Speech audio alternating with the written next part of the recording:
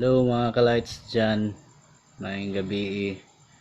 So karon set up yapon tag Aerox 155, domino switch installation, mini driving light, yang eyelid yang eyelid, ako gyapon nag set up ana siyang eyelid with alternating signal lights sa yang park light po.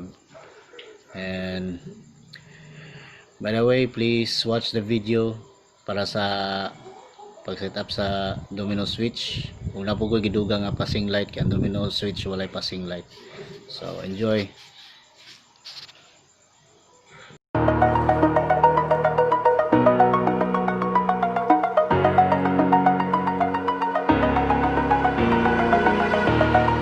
Over the edge, feel like I'm floating through the air. Karon mo niya ang domino switch. So ang gibuhat na po ni kani siya nga type of Aerox is wala man ni siya idling stop. So ang gibuhat na ko siyang idling stop ani nga switch. Mo ni siya ang switch sa mini driving light. Okay, so para siya. So wala siya.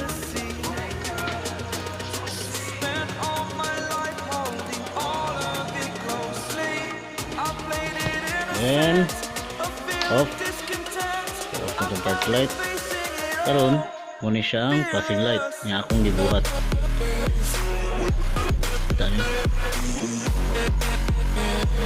Okay, so kani muna siyang off, on, sa low, high dayon.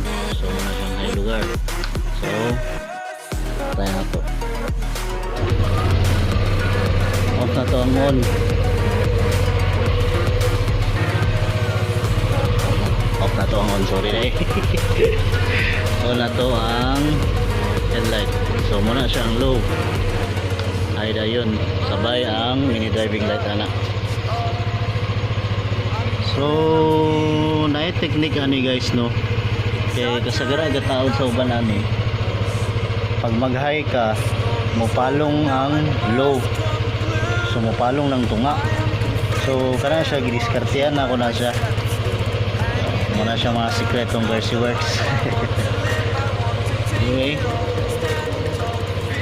then signal light. Yeah, signal light.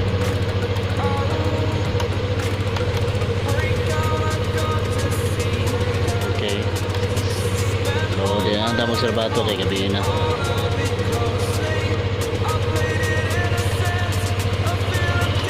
Ulang na siya guys. Domino switch, driving light, and front fender extension. Okay, salamat sa tanaw sa video and God bless.